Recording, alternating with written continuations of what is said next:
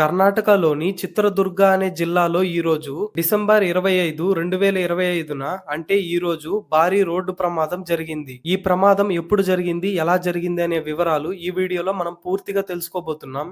ఈ ఘోరమైన ప్రమాదం ఎలా జరిగిందంటే గురువారం తెల్లవారుజామున 3 గంటల సమయంలో చిత్రదుర్గ జిల్లా హిరియూరు తాలూకా గొర్లత్తు క్రాస్ వద్ద నేషనల్ హైవే 48 మీద ఈ ఘోర ప్రమాదం జరిగింది. బెంగళూరు నుండి గోకర్ణ వైపు వెళ్తున్న సీబర్డ్ ట్రావెల్స్ కి చెందిన ప్రైవేట్ స్లీపర్ బస్సును ఎదురుగా వస్తున్న లారీ ఫ్యూయల్ ట్యాంకర్ ఢీకొట్టింది. లారీ డ్రైవర్ నిద్రమత్తులో ఉండటం వల్ల అదుపు తప్పి డివైడర్ నుంచి దాటి ఎదురుగా వస్తున్న బస్సును ఢీకొట్టడం వల్ల ఈ ఘోరమైన ప్రమాదం జరిగింది అని విచారణలో తేలింది. ఢీకొట్టిన వెంటనే డీజిల్ ట్యాంక్ పేలడంతో బస్సు మొత్తం మంటలు రావడం మొదలైంది. ఈ ప్రమాదంలో ఇప్పటి వరకు అందిన సమాచారం ప్రకారం చనిపోయిన వారు 17 మంది ప్రయాణికులు అక్కడే సజీవ దహనం అయిపోయారని సమాచారం. ఈ చనిపోయిన వారే అనుకుంటే ఇంకొంతమంది తీవ్రంగా గాయపడ్డారు. వారిని స్థానిక చిత్రదుర్గ మరియు హిరియూర్ హాస్పిటల్ కి తరలించారు. ఇంకొకరి పరిస్థితి తీవ్రంగా ఉండడంతో బెంగళూరులోని విక్టోరియా హాస్పిటల్ కి తరలించారు. తప్పించుకున్న వారు మంటలు రాకముందే బస్సులో ఉన్న డ్రైవర్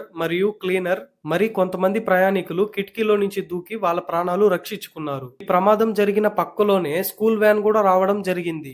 48 మంది స్టూడెంట్స్ తో వెళ్తుంది. అయితే ఆ బస్ డ్రైవర్ పక్కకు పోవడంతో స్టూడెంట్స్ అంతా సేఫ్ అయ్యారు. ప్రభుత్వం నుంచి స్పందన ఏంటంటే ప్రధానమంత్రి నరేంద్ర మోడీ గారు కర్ణాటక ముఖ్యమంత్రి సిద్ధరామయ్య ఈ తీవ్రమైన ఇన్సిడెంట్ పై మాట్లాడారు. పరిహారం చనిపోయిన వారికి 2 లక్షలు ఇవ్వమని, గాయపడిన వారికి ప్రభుత్వం నుంచి ఆదేశాలు వచ్చింది. ప్రస్తుతం పోలీసులు ఇంకా అక్కడ వెతుకుతూ ఉన్నారు.